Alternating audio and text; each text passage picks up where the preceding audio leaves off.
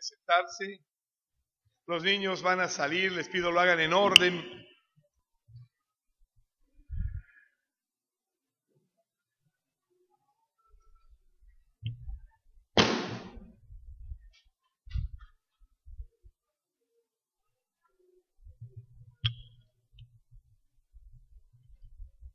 ¿Cuántos tienen gozo en su corazón? ¿Cuántos creen que el Señor está presente? ¿De veras lo cree? Entonces debe haber una reverencia enorme en nuestra vida. Debemos ser agradecidos. Saben, además en esta noche nos está visitando, nos está acompañando Adrián. Adrián estuvo en coma un buen tiempo y estábamos orando por ti, Adrián. ¿Quieres ponerte en pie para que te vean los hermanos? El Señor le ha dado una nueva oportunidad a Adrián. Bienvenido, Adrián. Que Dios te bendiga. Qué bueno que estás aquí. Puedes sentarte. ¿Cuántos estuvieron orando por Adrián? Es nuestro vecino. Gracias a Dios. Qué bueno que el Señor le da oportunidades a los seres humanos. Le ha dado una oportunidad a usted, me ha dado una oportunidad a mí, y es una bendición estar en este lugar. Hoy estaremos hablando de la iglesia, la carta a la iglesia de Sardis, y se los voy a leer en la Biblia en lenguaje actual.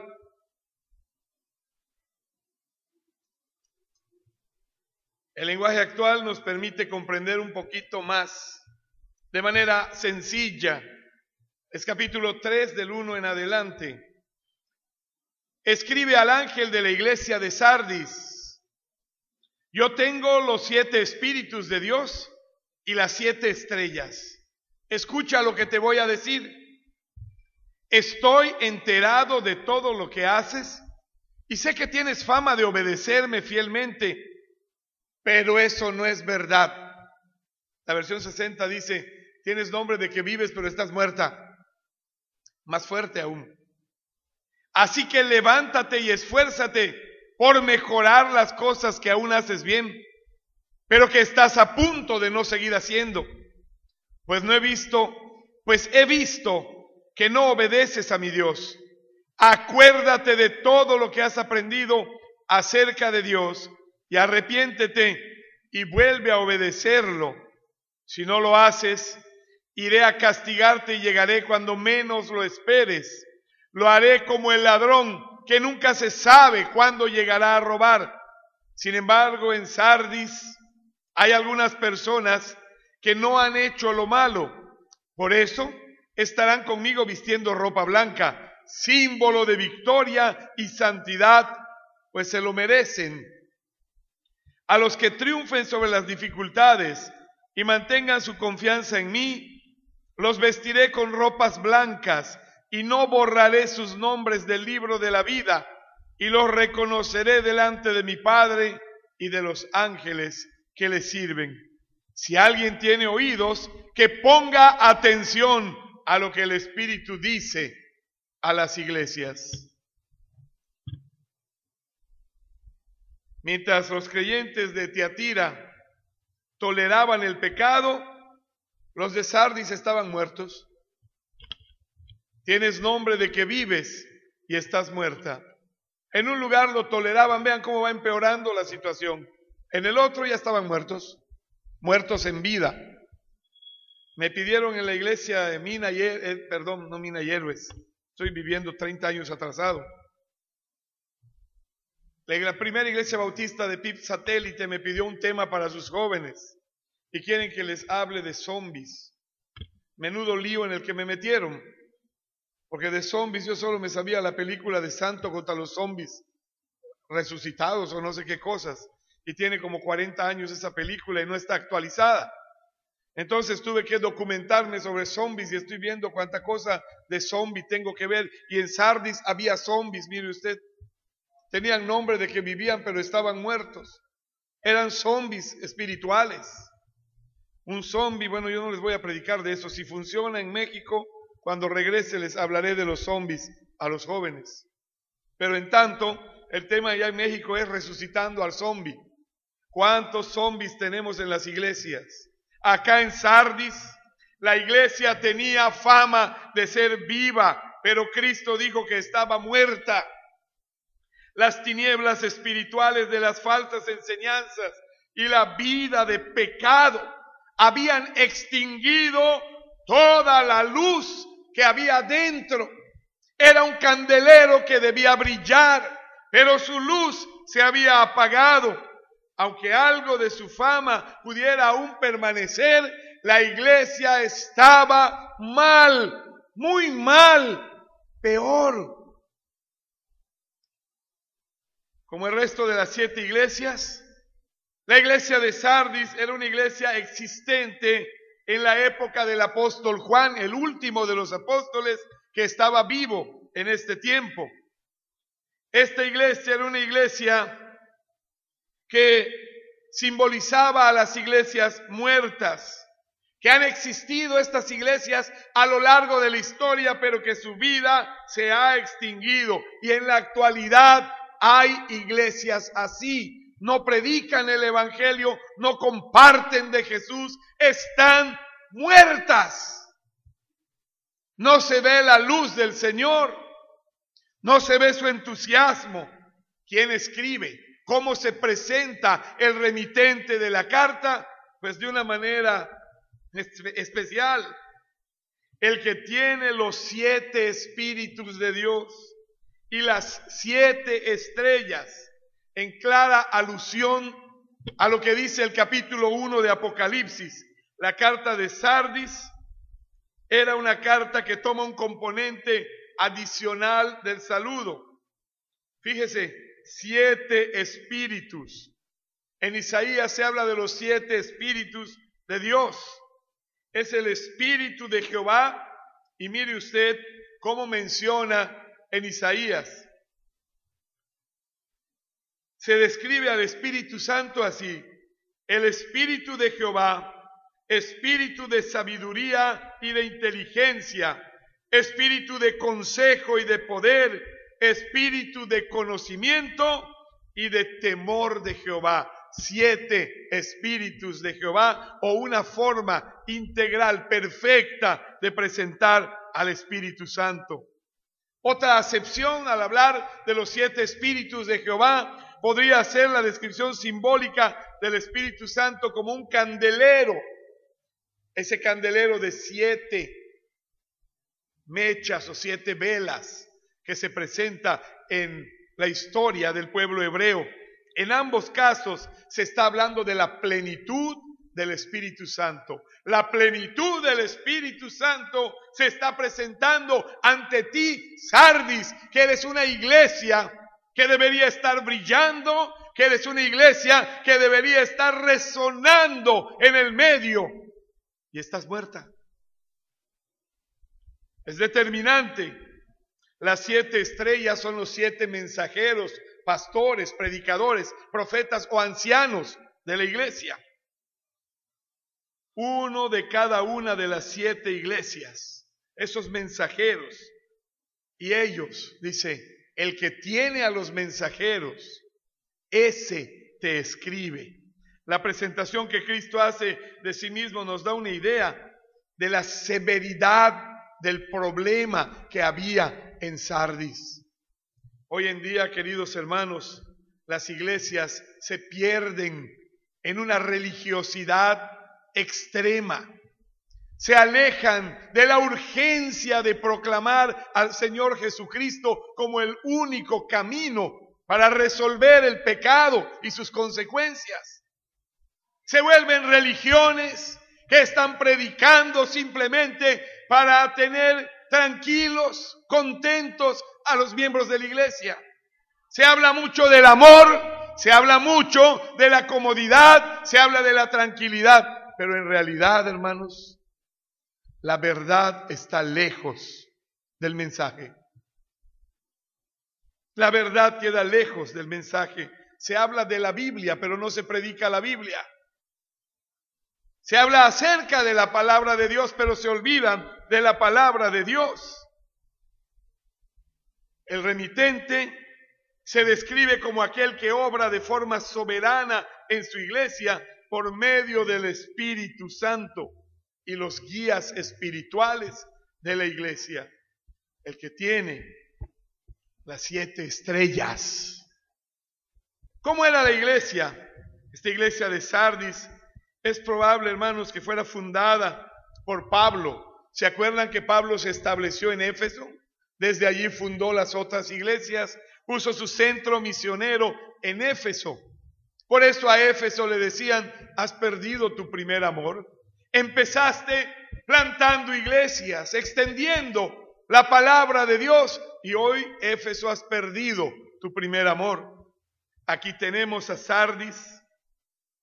Realmente se cree que el personaje más importante de Sardis fue Melitón, así como la colonia Melitón Salazar, ¿la recuerda? Bueno, Melitón. Y este hombre fue un apologista, un defensor del cristianismo, que fue obispo de Sardis a fines del segundo siglo. Él defendía la fe. Él escribió el primer comentario de Apocalipsis que hubo. Y ahora, hermanos, después de un tiempo, Sardis era una iglesia muerta. ¿Dónde estaba Sardis? La ciudad de Sardis. Hablemos de ella. En grado notable, la historia de la iglesia de Sardis es paralela a la de su ciudad. ¿Por qué? Se fundó alrededor del 1200 antes de Cristo. Era una de las más grandes ciudades del mundo antiguo y fue capital del reino de Lidia. Esopo, el de las fábulas, vivió en Sardis. ¿Se acuerdan las fábulas de Esopo? ¿Se acuerda usted del cuervo que tenía las uvas y el zorro que quería comer uva? ¿Y qué le dijo al cuervo? ¿Qué le dijo? Qué bonito cantas. Tú cantas precioso. Canta para que yo escuche. Cantó el cuervo y se le cayeron las uvas y se las comió el zorro. Así nos engaña el diablo, haciéndonos creer que vamos bien y nos sentimos grandes. Esopo era de allí. La mayoría de la riqueza de Sardis venía del oro que se extraía del río Pactolos.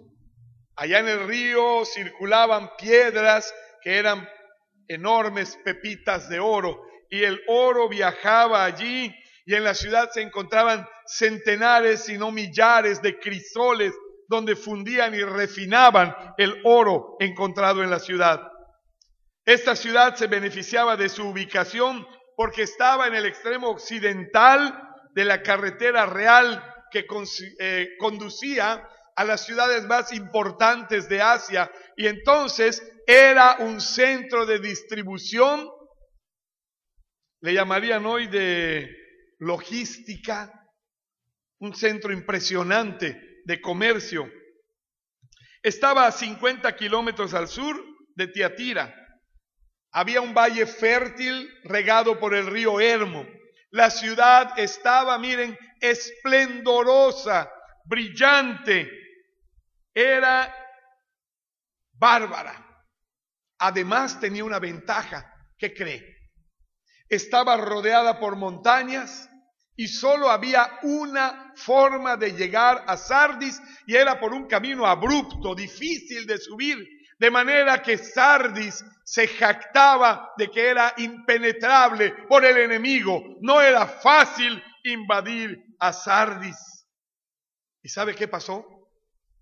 Su exceso de confianza hizo que Sardis no cuidara el único lugar por donde podría entrar el enemigo y desde donde un solo joven o un adolescente podría acabar con un ejército. Porque la empinada subida, llena de rocas y peligrosa, era fácil de ser protegida con pocas armas o tirando rocas que acabaran con el enemigo. Sardis se confió, no una, sino 2 veces, y 2 veces fue invadida por su exceso de confianza. La historia de la iglesia de Sardis es paralela a la de su ciudad. Confiada, guiada por la dinámica, Por la enorme actividad que había en ella, esta iglesia se sentía ferviente. Desde afuera, si usted veía Sardis, veía buena administración, mucha gente dinámica, actividades, programas, proyectos, juventud, gente madura, cuidado de la ley y los reglamentos, legalismo exagerado. Cualquiera diría que era una iglesia brillante, pero la mirada escudriñadora del Señor podía penetrar hasta lo más profundo y el Espíritu de Dios podía decir: tienes nombre de que vives. A los ojos de todos eres una gran iglesia, pero estás muerta. Yo no veo en ti lo que otros ven, veo más allá. Puedo ir más adentro de tu ser y encuentro que detrás de la actividad solo hay actividad. No hay objetivos, no hay compromiso, no hay convicciones, no hay verdadera entrega ni propósito en lo que haces. Y hoy en día, hermanos, encontramos eso. Iglesias que se sienten seguras y descuidan lo básico. Descuidan la oración, descuidan el estudio profundo de la palabra de Dios. Gente que conoce de la Biblia y cree que con solo saber es suficiente, que discuten bien, que defienden bien con puro conocimiento, que discuten si se debe empezar a descansar a las 6 de la tarde para que al otro día a las 6 se acabe, que discuten si se debe dar o no el diezmo, o si no es el diezmo la ofrenda, que discuten y discuten y discuten y no hay convicciones ni obediencia al Señor. Sardis, después de haber sido invadida, nunca recuperó su independencia. Con el tiempo cayó bajo el dominio de Roma y en el año 133 antes de Cristo, un terremoto catastrófico acabó con ella. Barrió con la ciudad. La reconstruyeron con la ayuda del emperador Tiberio. Y entonces Sardis, en honor a Tiberio, le construyó un templo para adorarlo. Allí había también un templo para Cibeles, la diosa, para Artemisa, que era Diana, y allí se celebraban fiestas en honor de esos falsos dioses. Había aguas termales, había prosperidad. En la época de Juan, Sardis era próspera, pero estaba decayendo. Tanto la ciudad como la iglesia se venían abajo. Esta era Sardis ciudad, esta era Sardis iglesia. Luminosa, brillante, pero por dentro opaca, vacía. Viene el reproche del Señor. Recuerde, el destinatario es el 1, 2, la iglesia, 3, la ciudad, 4, el reproche. Yo conozco tus obras, que tienes nombre de que vives y estás muerto. No he hallado tus obras perfectas delante de Dios. ¿Sabía usted que Dios demanda perfección? ¿Hay alguien aquí? ¿Sabía que Dios demanda perfección? Como la iglesia de Sardis estaba muerta espiritualmente, Cristo no tiene elogio para ella, va directo al reproche.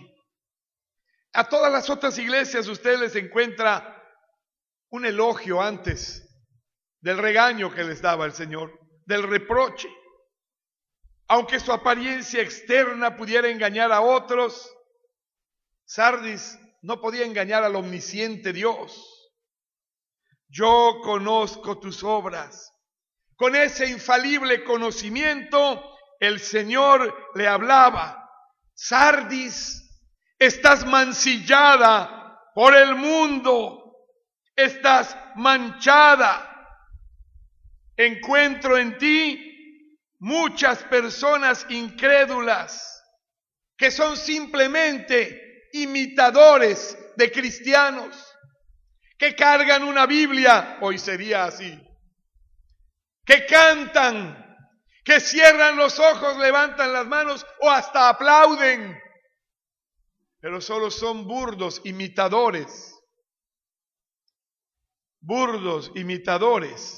de la verdadera fe.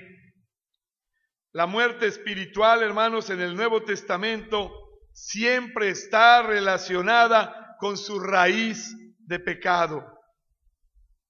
Allá en Efesios 2:1 se describe a los incrédulos como muertos en delitos y pecados. La muerte espiritual es producto del pecado. El alma que pecare, esa morirá. Sardis solo cumplía las formalidades de Cristo.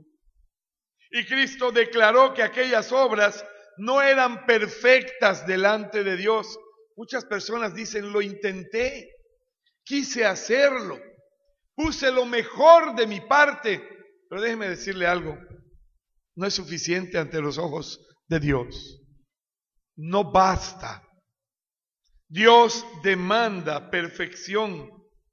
La iglesia de Sardis es reprochada antes de recibir un elogio. Directamente le pone enfrente el Señor el problema real.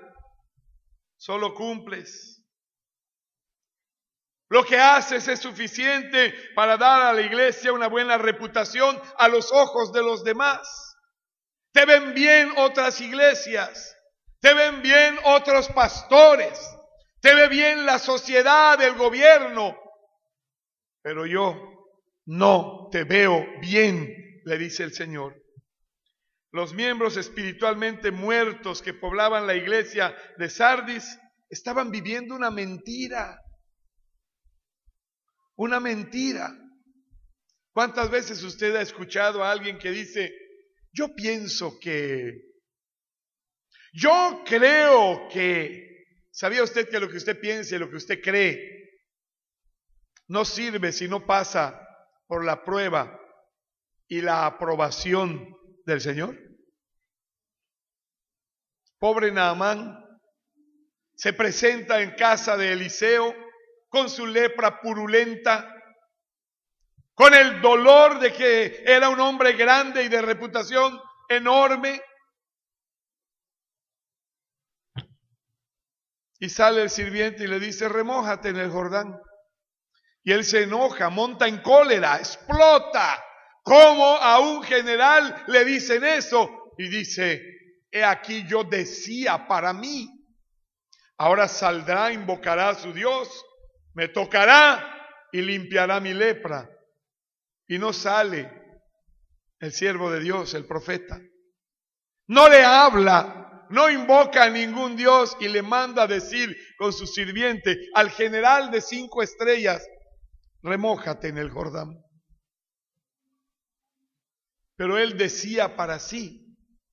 Sardis decía para sí: tenemos reputación, tenemos prestigio, somos grandes. Y el Señor le dice: estás muerta. Viene después de este reproche terrible, uno de los más duros que encuentra usted en Apocalipsis, en las cartas a las iglesias. Un reproche contundente. Viene un pequeño elogio, que sería el punto siguiente. Pero tienes unas pocas personas en Sardis que no han manchado sus vestiduras y andarán conmigo en vestiduras blancas porque son dignas. Sí, en medio de esta iglesia muerta, llena de incrédulos, unos pocos cristianos verdaderos estaban esparcidos como flores en un desierto. Dígame algo, ¿Sí están acá, verdad? ¿Qué pasa que los miércoles no viene usted a orar? ¿Por qué solo un grupo pequeño está en la oración? Sí, yo sé que usted ora en su casa, pero ¿por qué no donde 2 o 3 se reúnen en su nombre, está usted también? ¿Se da cuenta que puede estar lleno este templo aquí y no impresionamos a Dios? Somos como beisbolistas que no llegamos ni a primera base, con una espiritualidad, una fe y una devoción como la que algunos muestran, que es solamente de domingo por la mañana o por la noche. Y no se les vuelve a ver en toda la semana.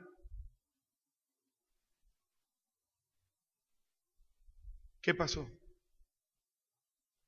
¿Dónde está ese esfuerzo que no puede dominar el cansancio de media semana, de un día de trabajo? ¿Que no puede venir y doblar rodillas? Usted no tiene idea de la victoria que habría en su vida, en la iglesia, en su familia, si tomáramos tiempo para Dios, como usted lo toma para su trabajo. Y déjeme decirle algo, el día que usted se muera, en su trabajo simplemente le van a sustituir. No es usted indispensable en de peso. Se puede cerrar la cadena de panaderías. Otros vendrán y harán cosas distintas. Ayer falleció el dueño de la prestigiada imprenta La Ermita, famosa porque es la que hacía todas las impresiones de los grupos políticos de la ciudad. Millones y millones de pesos. ¿Dónde está hoy su dueño? Sus cenizas reposan en una prestigiada parroquia de Montecristo. Hoy lo leí en el periódico. ¿Dónde está su alma? ¿Qué harán con su dinero? Tuvo muchas oportunidades de buscar a Dios.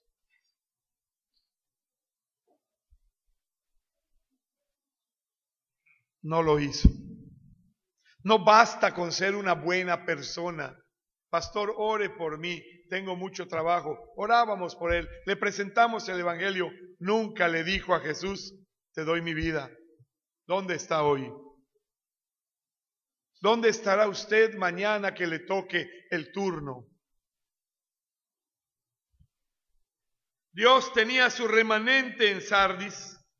Había algunos seguidores sinceros de Jesucristo. Él describió el fiel remanente como los que no habían manchado sus vestiduras. Y la palabra que se traduce aquí como manchado también significa mancillado o contaminado. Era gente que no se había contaminado. Era gente que había sido conocida en Sardis porque eran fieles a Dios. Sardis era un lugar conocido por la industria que teñía con ñ la lana, la pintaban. Allí vestiduras significaba el carácter, la esencia. Y esta gente no había manchado su carácter, su esencia. Era el remanente que había en Sardis. Cristo les dice, ustedes van a andar conmigo. Ustedes van a tener vestiduras blancas porque ustedes son dignos y yo se las voy a dar. ¿Sabía usted que en los tiempos antiguos esas vestiduras se usaban para celebraciones y fiestas? Y cuando Dios les dice, ustedes les voy a vestir de blanco, van a ir conmigo a la fiesta. ¿Sabía usted que hay formas de vestir? Hoy en día la gente viste como quiera. El otro día quería subir a dirigir un programa a una persona que vino deshilachada. Y le dije, ¿dónde vas? ¿A dirigir? No. Perdona, pero no. Es que cuenta el corazón, pero si así estás afuera, tu corazón está peor. Porque cuando el corazón está bien, adentro, afuera se nota también. Y no me diga que no. No me diga que no. El Señor conoce. Para cada lugar hay forma de vestir. ¿Qué me dice usted de una persona que llega a la escuela con un traje de noche? Sí, en pijamas o con un vestido largo, como quiera. Se ve ridículo, ¿no? Se ha perdido tanto la esencia y el respeto que hoy hay profesores que llegan en short a dar su clase. Sí. Obviamente ni respeto les tienen sus alumnos. Se ha perdido el respeto que hay gentes que entran a los templos con su cachucha, su gorra. Es que a Dios no le importa, no, pero a mí sí, quítatela. Es como que ande usted sin desodorante. ¿Ya le expliqué? Nunca voy a olvidar al hermanito aquel que me dijo, le dije, oye, ¿no tienes desodorante? No lo necesito, me dijo. Oiga usted, le dije, tú no, pero yo sí, póntelo. ¿Cómo va a ser que huela usted la peste de alguien sucio que no se baña y que no usa desodorante? Así apesta delante de Dios la persona que mancha su vestidura, apesta literalmente. Hay corazones, hay espíritus, hay almas que apestan delante de Dios. Y no sé por qué a la gente le da pena decirle, oye Oscar, apestas. No se lo dicen, ya están oliendo. Dios le dice aquí, estos se han limpiado, ustedes no, apestan, apestan a muerto. Cristo es claro, las vestiduras blancas de pureza que Cristo promete son las que usa Él mismo. Es ese carácter de Cristo limpio, puro, santo, que permite que usted y yo seamos imagen de Dios. Vamos a ver el mandato que les da, porque hoy nos vamos temprano. ¿Qué les parece? Hasta creen. Hasta nunca le crean a un predicador que les dice que se van a ir temprano. No, claro que no. ¿Cuánto tardó Titanic, hermano Hurtado? ¿Cuántas horas? 3. Pues eso voy a tardar hoy a ver si lo aguanta usted. 3 horas predicando. No se crean, ya ando ronquito. ¿Sí? Mire qué le dice el Señor. Sé vigilante y afirma las otras cosas que están por morir. Me encanta como lo dice la versión actual. Déjeme le digo cómo está. Esta versión actual, usted debe tener una así en casa para comparar. Mire, le dice, ¿qué leí? El verso 2. Dice, levántate y esfuérzate por mejorar las cosas que aún haces bien, pero que estás a punto de no seguir haciendo.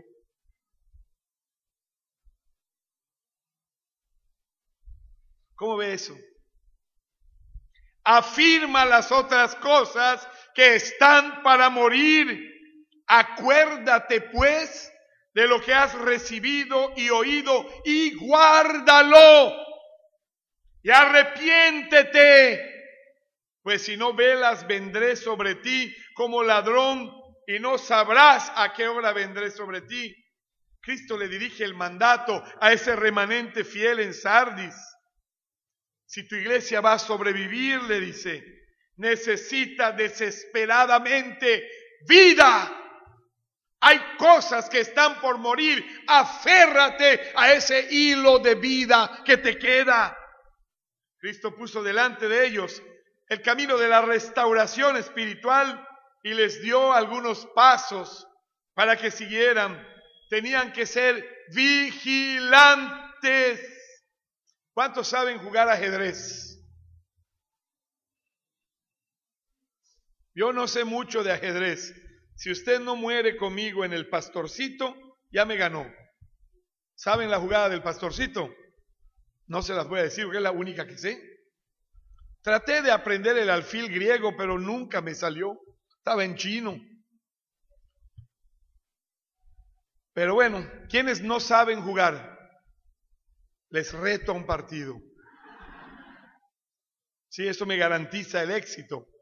Pero ¿sabe qué es lo bueno del ajedrez? Que el jugador se adelanta y un gran maestro de ajedrez se puede adelantar 23 movimientos. Ahí se sienta. Por eso no me gusta el ajedrez. Está sentado. Y la gente paga por sentarse a verlos. Tienen 2 horas para hacer sus primeros 40 movimientos. Si no, pierden por tiempo. ¿Qué creen que está haciendo el ajedrecista como Bobby Fischer, ese campeón norteamericano, como Boris Spassky o Kasparov, que fue el más joven del mundo? ¿Qué cree que hace? Está vigilante, porque cuando ya se adelantó 23 movimientos, dice, si hace esto, hago esto y aquello, y por aquí, si mueve allá, hago esto otro. Y viene aquel y le hace otro movimiento, ya le borró el panorama y tiene que ser vigilante para cuidar que no le maten a quién, al rey. Fíjese que hay peones tan tontos que se atreven a poner en jaque al rey. Nunca un peón puede poner en jaque al rey, porque para ponerlo en jaque se le tiene que pegar y el rey come a cualquiera que se le pega.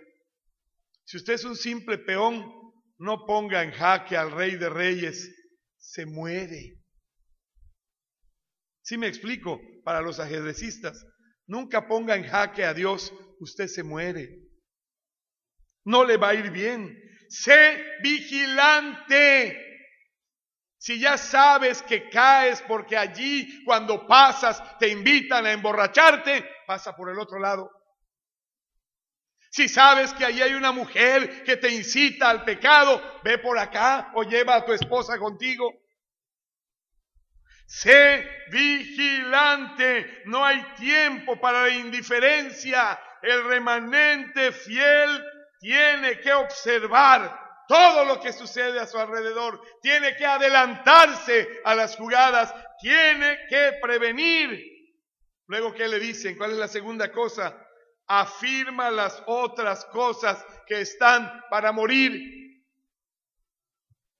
¿Te has fijado cómo el diablo te dice, no sirves? Escuche esto. Si alguna vez a usted le ha dicho el diablo que no sirve, es porque usted sirve mucho. Él es mentiroso del principio. Alégrese cuando el diablo le diga, no sirves, mejor muérete. Dile, gracias, qué elogio más grande me das. Viniendo de ti, es un elogio.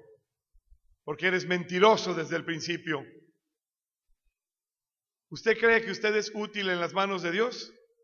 No por bueno ni por bonito o bonita, sino por la gracia de Dios. Todos somos instrumentos de gloria para Él. Y le dice, afirma las cosas que están para morir. Aquí en el idioma original no se refiere a personas, se refiere a realidades espirituales. Cristo exhortaba a los verdaderos cristianos de Sardis que soplaran la llama para que se encendiera el fuego de esas ascuas moribundas. ¿Cuántos han encendido? ¿Alguien fue Boy Scout o Boy Scout? ¿Cómo se les llama? Esos que salen allá, niños exploradores. ¿Alguien encendió un fuego con tablitas ahí? Dale y dale y dale. Nunca. Bueno, yo lo intenté y nunca lo encendí. No sale. Nunca pude. Pero cuando se da una chispita, nunca le invitó Manuel Lara a comer carne asada a su casa y se puso a prender el carbón mientras usted estaba ahí. ¿Cómo tarda eso?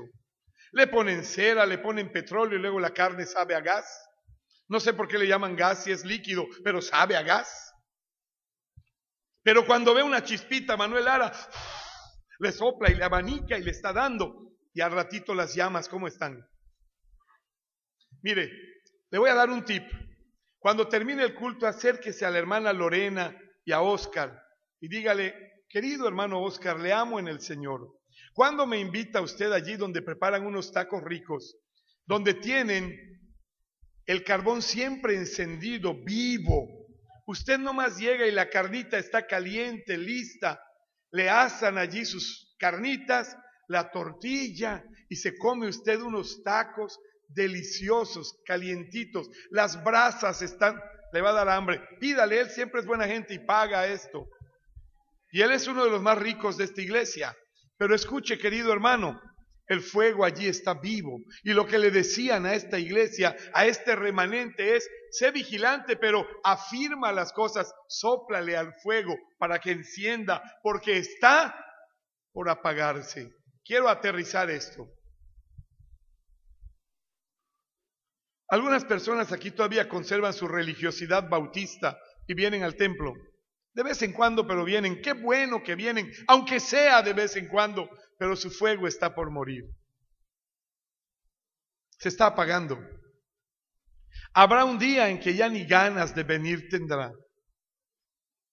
Habrá un día que su corazón se endurecerá tanto que usted estará muerto espiritualmente. Todavía, ahora que tiene usted la gracia de Dios para venir, para animarse, avive el fuego, aférrese a esas cosas que están por morir. Veamos el tercer punto.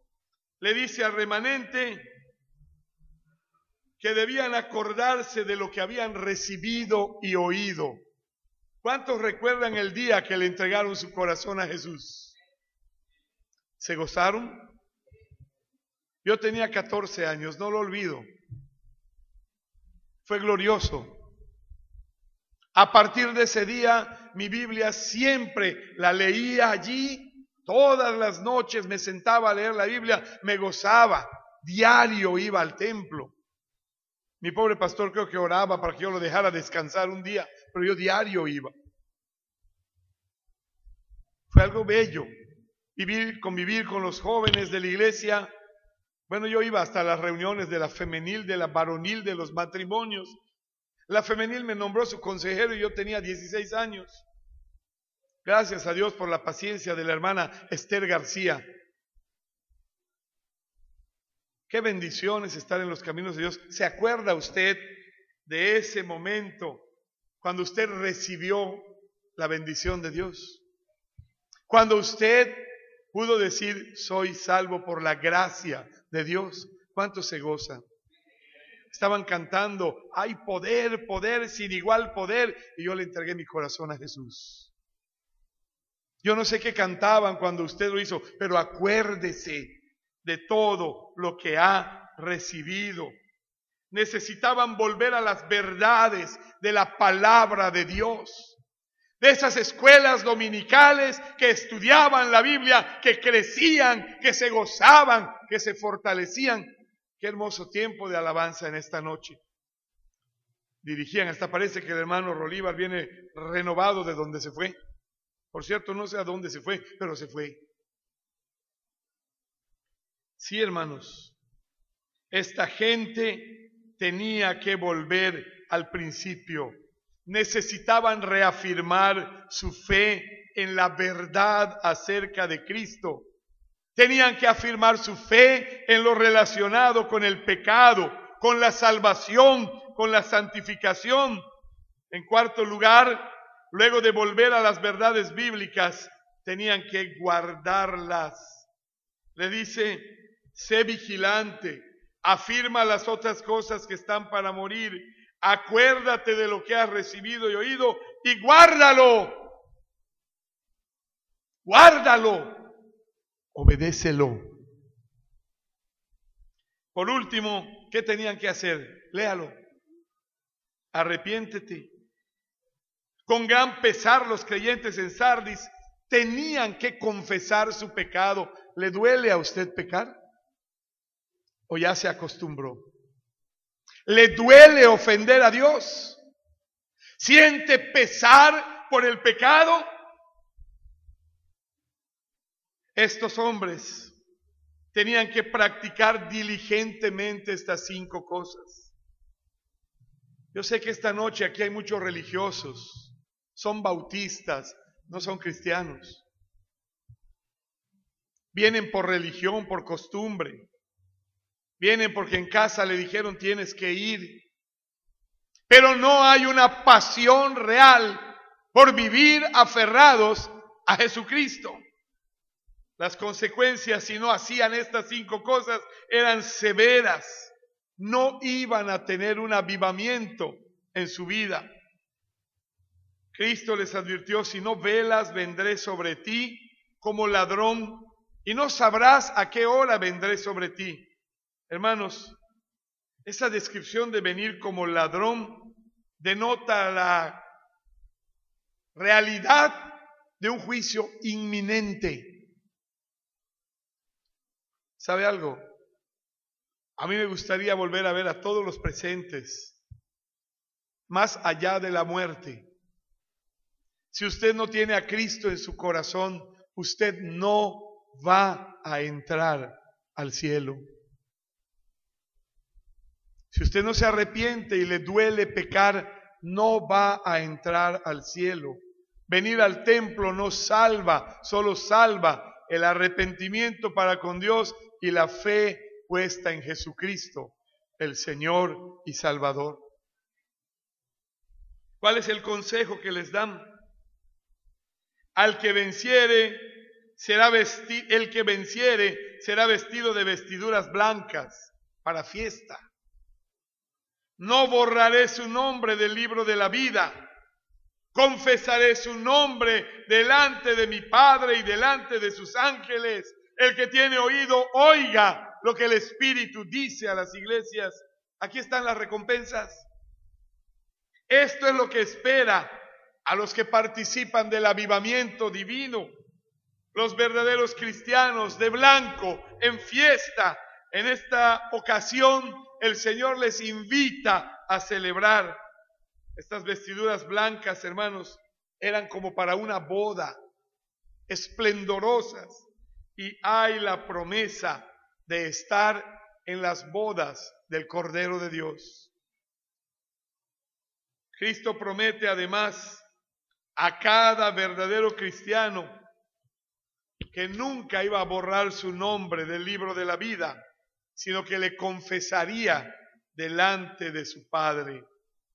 Es increíble, hermanos. Algunas personas suponen que este versículo enseña que se puede borrar su nombre, pero no es así. Es una promesa de fidelidad de Jesucristo. Tu nombre estará escrito allá. Nada ni nadie lo borrará. Tú serás leído delante de mi Padre. Los gobernantes en esta época, hermanos, tenían un registro de cada ciudadano de su ciudad. Y a eso hace referencia Jesús. Tu nombre va a estar en el libro de censos de mi ciudad celestial. Qué triste es que algunos no están allí todavía. Que algunos no tienen su nombre en ese libro. Qué triste es que algunos solo son religiosos. Pero esta noche el Señor nos da una nueva oportunidad de acercarnos a Él y encontrar en Él la bendición, la gloria, el esplendor de humillarnos ante Él y ser bendecidos y vestidos de blanco por el Señor. Escuche esto. Si usted muriera hoy de un infarto, yo no quisiera que eso pase, pero a mí me puede ocurrir y a usted también. ¿Dónde irá usted? ¿Dónde? Sin Cristo, usted está vacío. Sin Cristo no tenemos nada. Pero Él murió en la cruz para que usted y yo tuviéramos esa oportunidad. Y yo quiero invitar a todo el que está aquí, que reconoce su necesidad espiritual. Mire, créame, les amo en el Señor. Deseo verles en la eternidad con Cristo. Si Él viniera hoy, pasaría aquí como un gran imán. Y solamente los auténticos cristianos, los de hierro, suben al imán, los de madera se quedan. Usted necesita a Jesucristo. No importa que sea miembro de la iglesia, Si usted no es un cristiano auténtico, aunque sea miembro de la iglesia, usted no va con Él. Hay alguien en esta noche que dice, Pastor Víctor, mire que yo no he querido que usted dude de su salvación. La salvación no se pierde. Cuando Él la da es para siempre. Pero es probable que usted aún no haya hecho una decisión por Jesús si no está consciente de ese dolor que produce el pecar. Si hay alguien en esta noche que quiere decir, Pastor, quiero orar con usted, quiero que usted ore conmigo y quiero darle mi corazón a Jesús, quiero rendirme ante Él y pedirle que me perdone, que cambie mi corazón. Hay alguien en esta noche que quiere orar, yo puedo orar con usted y usted le entrega su vida a Jesús. Si hay alguien, levante su mano. Yo quiero orar con usted. ¿Habrá alguna persona? No voy a insistir porque esto es algo definitivo que toda persona sabe si debe hacerlo o no. La segunda cuestión que tengo es, ¿hay algún cristiano que percibe que su vida es como la de Sardis? No hay profundidad en su relación con Dios. Y hoy quiere restablecer su relación diciéndole, Dios, perdóname por haber sido tan superficial, tan vacío, por haber creído que el conocimiento es el que me daba la relación contigo. Pero hoy quiero empezar una nueva vida, profunda, auténtica contigo. ¿Habrá alguien? Levante su mano. Yo quiero orar con él. Dios te bendiga. ¿Alguien más? ¿Puedes bajar tu mano? ¿Hay alguien más? Esta noche vamos a orar. Yo voy a orar con este joven, pero ¿hay alguien más? ¿Podemos orar contigo también? ¿Habrá alguna persona más? No sé si tenemos audio aquí. Yo voy a invitar a este joven para que venga a orar aquí conmigo. ¿Quieres venir? Ven. Voy a orar contigo. ¿Habrá alguien más que quiere orar en esta noche? Que quiere abrir una nueva relación con Dios. Bien, si no lo hay, acompáñeme a orar. Padre, en este momento estoy delante de ti. Y aquí hay un joven que viene con el deseo de abrir su corazón para ti, mi Señor. Te ruego que escuches su oración. Dile, por favor, Saúl, Señor Jesús, en esta noche reconozco que te he ofendido, que he pecado contra ti, pero te pido perdón. Señor Jesús, limpia mi vida, cambia mi corazón. Aquí estoy para que hagas conmigo lo mejor que tú quieras. Señor Jesús, quiero amarte y obedecerte. Pon de tu amor en mí. Te agradezco porque moriste en la cruz, porque me salvaste y hoy reconozco que sin ti nada puedo hacer. Me arrepiento de mis pecados y te pido perdón. Amén.